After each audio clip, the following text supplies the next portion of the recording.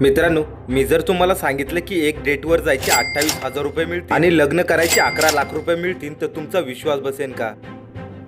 जगामध्ये असा एक देश आहे जो या सर्व गोष्टी करतोय. कमी होत असलेली लोकसंख्या अनेक देशांसाठी एक मोठी समस्या बनली आहे. दक्षिण कोरियामध्ये जन्मदर घटल्यामुळे तिथल्या सरकारने आर्थिक मदत करण्याचे ठरवले आहे. तरुण तरुणींनी एकत्र यावं, डेटला जावं आणि लग्न करावं आणि यासाठी सरकार त्यांना आर्थिक मदत देणार आहे. म्हणून इथल्या सरकारने डेटिंग इव्हेंटचं आयोजन केलं आहे, ज्यामध्ये डेटवर जाणाऱ्या जोडप्यांचा सर्व खर्च सरकार करते. डेटला जाणाऱ्या प्रत्येक जोडप्याला $340 म्हणजेच 28,000 रुपये एवढे दिले जातात आणि त्याला लग्नासाठी $14,000 म्हणजे 11,60,000 रुपये दिले जातात. एवढंच नाही तर लग्नानंतर घर खरेदीसाठी अनुदान, गर्भाच्या वेळी सर्व खर्च, परदेश प्रवासासाठी देखील इथलं सरकार मदत करते. एवढं सगळं करून देखील या देशातील लोकसंख्येचं प्रमाण वाढलं नाही. ऑगस्ट 2022 ते ऑगस्ट 2024 या दरम्यान फक्त 24 जोडप्यांनी लग्न केले आहे. ही योजना आपल्या देशात राबवली पाहिजे का नाही हे आम्हाला कमेंट करून नक्की कळवा.